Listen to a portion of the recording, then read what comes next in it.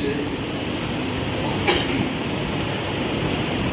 17واں پارہ مکمل ہوا اور 11ویں تراویح ہم نے آج پڑھی۔ آج عشرہ مغفرت کا آغاز ہوا اور عشرہ رحمت ہم سے رخصت ہوا۔ کل سورہ کہف کے حوالے سے ایک بات رہ گئی تھی جس سے آج ہم آغاز کرتے ہیں۔ یہ کچھ اللہ والے تھے دقیانوس بادشاہ کے زمانے میں، یعنی حضرت عیسیٰ علیہ السلام کے اٹھائے جانے کے بعد کئی سو سال بعد اب اللہ رب العزت جل شانہ نے دقیانوس بادشاہ کے دور میں ان ولیوں کو بھیجا۔ دقیانوس کا یہ معاملہ تھا کہ وہ سب کو سجدہ کراتا تھا اور جو اسے سجدہ نہ کرے اس کی گردن مار دیتا تھا۔ اس نے ان کو بھی بلایا، یہ آئے۔ اس نے کہا کہ بھئی اگر میری حکومت میں رہنا ہے تو سجدہ کرنا پڑے گا، میری عبادت کرنی پڑے گی، مجھے خدا تسلیم کرنا پڑے گا، ورنہ تم سب مار دیے جاؤ گے۔ ان لوگوں نے کہا کہ ایک دن کی مہلت دو، اور انہوں نے آپس میں مشورہ کیا کہ ہم ہرگز اللہ کے علاوہ کسی کی عبادت قبول نہیں کریں۔ یہ استقامت کے ساتھ یہ نکل گئے شہر سے۔ ان کے پیچھے ایک کتا لگ گیا تو آپ نے اس کتے کو جانے کے لیے کہا اصحاب نے، تو اس کتے نے بڑی ہی فصیح و بلیغ زبان سے یہ کہا کہ میں عام کتوں کی طرح نہیں ہوں، میں اللہ والوں سے محبت کرنے والا ہوں۔ انہوں نے ساتھ لے لیا، پھر یہ گئے ایک غار میں سوئے، 309 سال تک سوتے تھے، اور وہ کتا غار کے دہانے پر بیٹھا رہا، اور ان اللہ والوں کو تکلیف نہ ہو اس لیے اللہ نے سورج کے نظام کو بھی بدل دیا۔ اس لیے کہ سورج جہاں سے نکلتا تھا اور جہاں ڈوبتا تھا، اگر وہی روش ہوتی تو ان اللہ والوں کی نیند میں خلل پہنچتا، تو اللہ نے سورج کو بھی اپنی جگہ تبدیل کرنے کا حکم دے دیا، میرے ولیوں کو تکلیف نہ ہو غار میں۔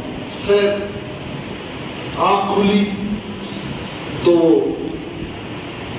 ایک نے دوسرے کو اٹھایا، دوسرے نے تیسرے کو کہا بھوک بہت لگ رہی ہے، بولے ذرا بچتے بچاتے جانا، کہیں ایسا نہ ہو کہ بادشاہ کے سپاہی پکڑ لیں۔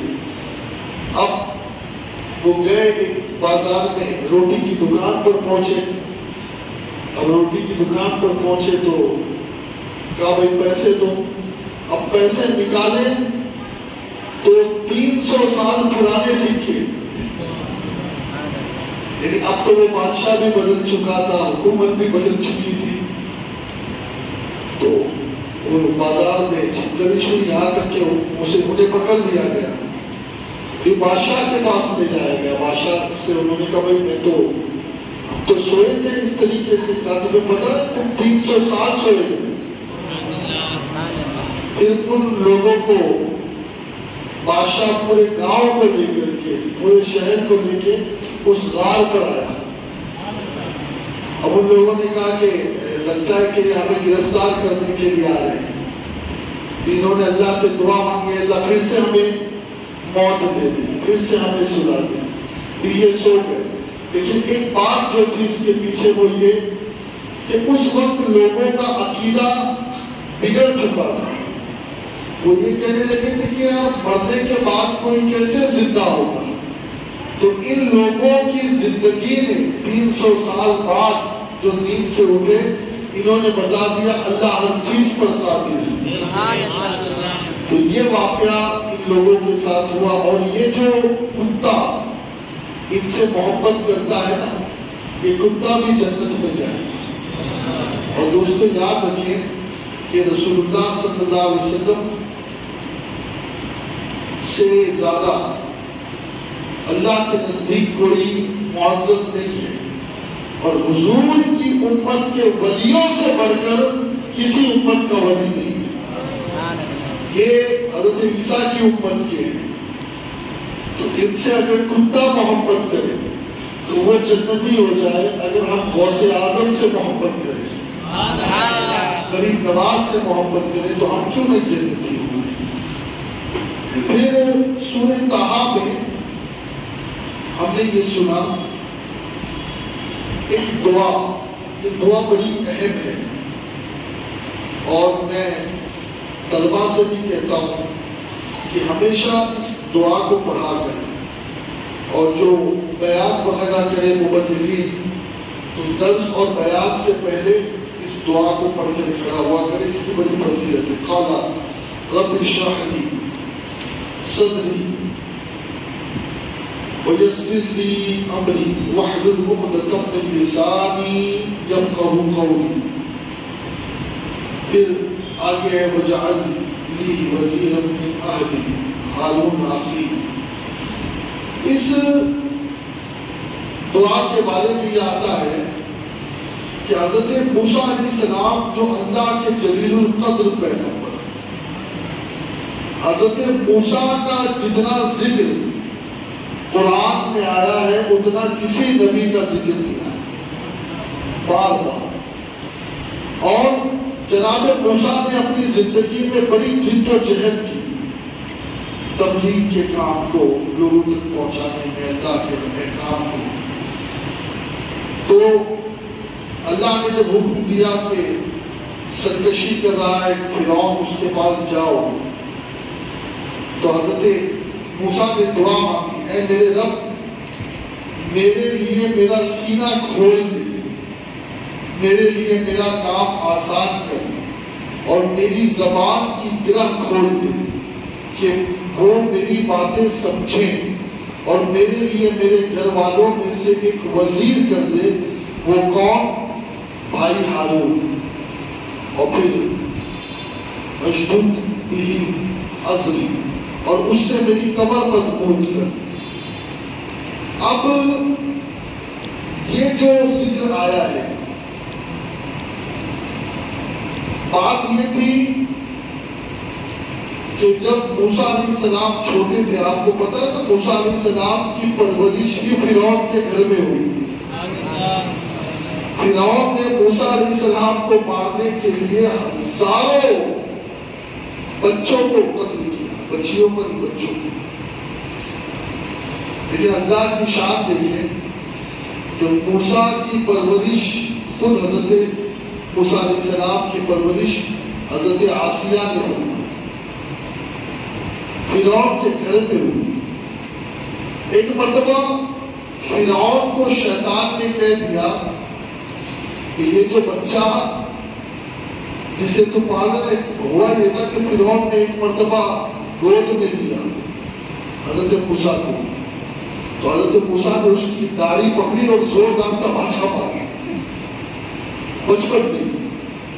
تو اس کا دماغ گھوم کے اس نے کہا یہ بچہ ایسے تو عام بچے نہیں کرتے، ہو نہ ہو یہی بچہ ہے جو میری سلطنت کو پلٹنے والا ہے۔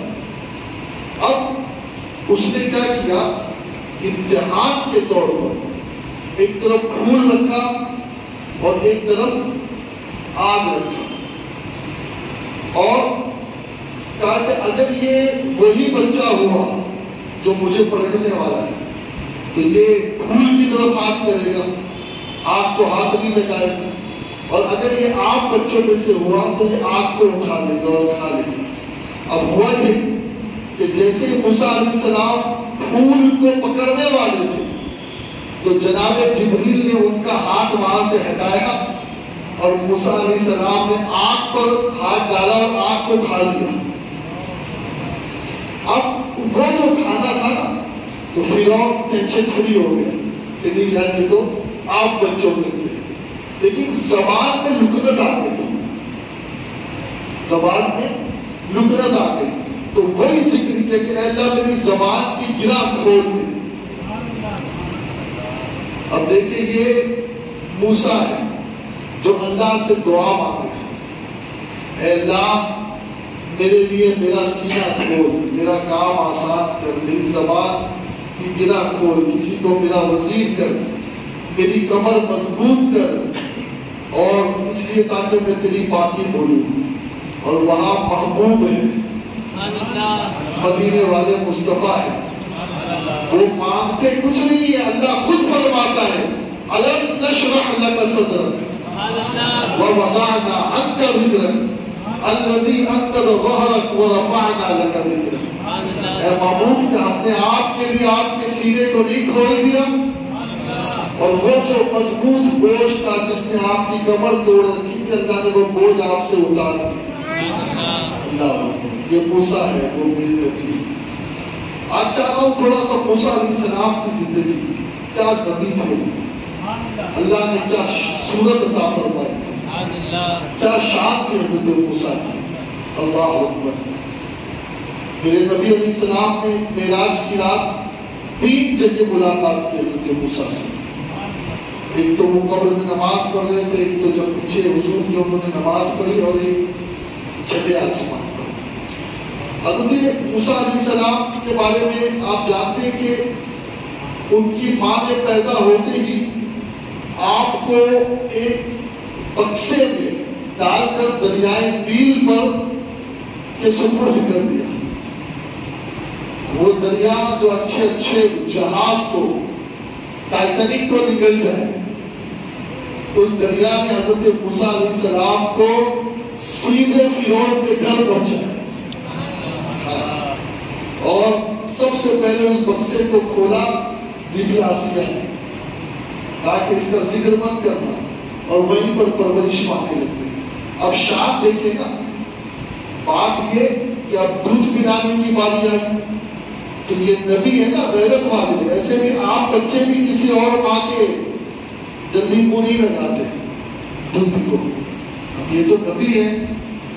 اب ڈھونڈا گیا کہ مصر میں کون ہے، پھر یہی ہوا کہ حضرت موسیٰ کی ماں ہی کا انتخاب ہوا، اور انہی کو ڈیوٹی ملی دودھ پلانے کی۔ اللہ کی شان دیکھو، پھر سے پلا دیا ماں بیٹے کو، بولو نا سبحان اللہ، پلا دیا ماں بیٹے کو، اور خود ان کی ماں نے جو ہے وہ ان کو دودھ پلایا۔ اور چہرہ جب وہ صندوق انہوں نے کھولا نا کنیزوں میں، تو جیسے ہی چہرہ کھولا تو دیکھا کہ نورانی شکل کا فرزند، جس کی پیشانی سے وجاہت اور اقبال کے آثار نمودار ہیں، اور نظر ایسا تھا، یعنی ایسی نظر آتے تھے کہ فرعون کے دل میں بھی محبت پیدا ہو۔ اللہ نے شکل ایسی فرعون بھی چاہنے لگ گئے۔ اور حضرت ابن عباس رضی اللہ تعالیٰ فرماتے ہیں کہ اللہ نے انہیں محبوب بنایا اور خلق کا محبوب کر دیا، اور اللہ تعالیٰ نے اپنی محبوبیت سے نوازا، اور قلوب میں ان کی محبت دلوں میں پیدا کی۔ اور حدیث پاک میں یہ آیا ہے کہ موسیٰ علیہ السلام کا حال یہ تھا کہ جو آپ کو دیکھتا اس کے دل میں آپ سے محبت ہو جاتی، جو دیکھتا وہ محبت کرنے لگتا۔ حضرت قتادہ کہتے ہیں کہ موسیٰ علیہ السلام کی آنکھوں میں ایسی بلاحت تھی کہ جسے دیکھ کر ہر دیکھنے والے کے دل میں محبت جوش مارنے لگتی۔ اللہ کہ جناب موسیٰ ہے، بڑی جد و جہد کی فرعون کو راہ راست پر لانے کے لیے، لیکن فرعون وہ نہ سمجھا، تو آپ نے اپنی پوری قوم کو لے کر کے سفر کیا، اور دریائے نیل میں فرعون ڈوب کر کے مر گیا، اللہ نے ایک عصا آپ کو دیا تھا، عصا جس کا بڑا ذکر آتا ہے، بار بار ذکر آتا ہے۔ عصائے کریم اژدہائے غضب تھا، وہ 70,000 جادوگروں نے 70,000 سانپ بھیجے، موسیٰ علیہ السلام نے عصا بھیج دیا، وہ عصا اتنا بڑا اژدہا بنا کہ وہ 70,000 سانپ نکل گئے، اور فرعون کے تخت کے نیچے اس کا ایک دانت تھا اور دوسرا فرعون کے سر کے اوپر ایک دانت تھا۔ فرعون نے کہا بھائی اس سے جلدی سے ہٹاؤ، میں معافی مانگتا ہوں، مجھے معاف کر دو۔ اس طریقے سے پھر اللہ نے حضرت موسیٰ علیہ السلام کو جو ہے وہ بڑی شان سے نوازا ہے۔ اب آخر میں ایک بات اور اسی پر گفتگو ختم۔ سورہ طٰہٰ کے بعد پھر سورہ انبیاء، آج ہم نے سورہ انبیاء مکمل سنی ہے۔ اللہ نے اس سورت میں بڑے جلیل القدر پیغمبروں کا ذکر کیا، جناب ابراہیم کا ذکر کیا، انہیں آگ سے بچائے جانے کا ذکر کیا، پھر حضرت ذوالنون حضرت یونس علیہ السلام کا ذکر ہوا، مچھلی سے بچائے جانے کا ذکر ہوا، پھر جناب ادریس کا ذکر ہوا اور انہیں اٹھائے جانے کا ذکر ہوا، پھر جناب لوط کا ذکر ہوا، جناب یحییٰ کا ذکر ہوا، جناب زکریا کا ذکر ہوا۔ سارے نبی کے ذکر کے بعد ہر نبی کی شان اللہ نے مختصر بیان کی، اور جب اس سورت کو ختم کرنا مقصود ہوا، اللہ اکبر، تو اس سورت کو ختم کرنے سے پہلے اللہ رب العزت نے فرمایا کہ اور بے شک ہم نے زبور میں نصیحت کے بعد یہ لکھ دیا کہ زمین کے وارث میرے نیک بندے ہوں گے، زمین کے وارث میرے نیک بندے ہوں گے۔ بے شک یہ قرآن کافی ہے عبادت والوں کے لیے۔ اور پھر اللہ نے اپنے محبوب کی شان بیان کی، کسی کو مچھلی کے پیٹ سے نکالنے کا ذکر ہوا، کسی کو آگ سے بچانے کا ذکر ہوا، کسی کو کسی کی قوم کے ساتھ اس کا ذکر کیا گیا، لیکن جب مصطفیٰ کا ذکر کیا تو اللہ نے فرمایا وَمَا أَرْسَلْنَاكَ إِلَّا رَحْمَةً لِلْعَالَمِينَ، اے محبوب ہم نے آپ کو سارے عالمین کے لیے رحمت بنا کر کے بھیجا۔ حضور جیسا کوئی نبی ہی نہیں ہے، سارے نبیوں کے فضیلت ایک طرف، سارے نبی معجزہ لے کے آئے اور معجزہ بن کے آیا ہمارا نبی، وَمَا عَلَيْنَا إِلَّا الْبَلَاغُ الْمُبِينُ۔